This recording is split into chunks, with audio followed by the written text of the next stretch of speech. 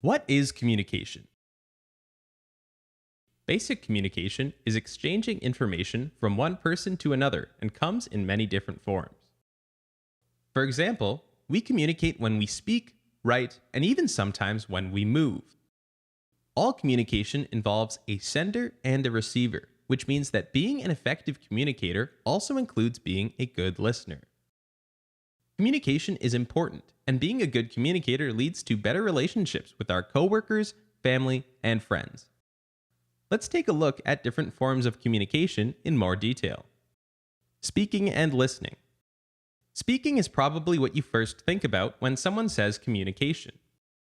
Speaking clearly in a respectful manner is one of the best ways to become a good communicator, but you also need to be a good listener.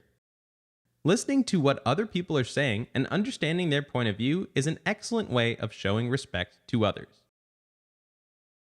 Writing. Writing is an important tool for communication, especially in today's online world. These days, we can't always communicate face to face, so it's important to write clearly and professionally both in person and online. Writing clearly and professionally will help to avoid misunderstandings and is a convenient way to organize your thoughts. Nonverbal communication. Nonverbal communication includes many different forms of body language, such as hand gestures and facial expressions. This type of communication can sometimes speak louder than words. Having an awareness of our nonverbal communication can help us understand how others see us. Now that we've heard about different forms of communication, let's apply some examples to everyday life.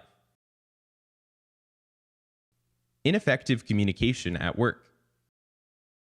Paul gets invited to an interview for a customer service job. During the interview, Paul is asked questions about his professional background and customer service skills. Before the interviewer has finished asking the question, Paul cuts in to say that he doesn't have any customer service experience and crosses his arms in frustration. The interviewer gets the impression that Paul is not a good fit for the position. Ineffective communication outside of work. Kelsey is organizing a pizza party with friends. A couple of hours before the party, her friends keep texting her, but she figures it's nothing important and carries on preparing food. Kelsey orders 5 pizzas for everyone. But when her friends arrive, Kelsey realizes she should have checked her texts more closely. Her friend Josh brought 5 pizzas as well, and her husband's friend Nick is gluten-free. Both were texting Kelsey to coordinate dinner, but unfortunately, this miscommunication negatively affected everyone's night. Effective communication at work. Sanjay is working at an office supply store. His supervisor asks him to do a laptop inventory check and complete the required form. Sanjay has never completed this before and does not know how to do an inventory check or even where to find the correct form. Sanjay explains his situation and politely asks his supervisor for help. The supervisor had no idea this was Sanjay's first time. The supervisor asks Debbie, an experienced employee, to help Sanjay with the task. Communication is very important in your personal life as well as at work. If you're not listening to others or saying what you mean, things can go wrong, and people might get frustrated with you.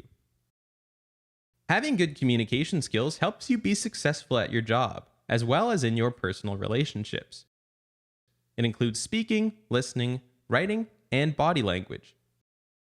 Having an awareness of how you are communicating is the first step to becoming a good communicator.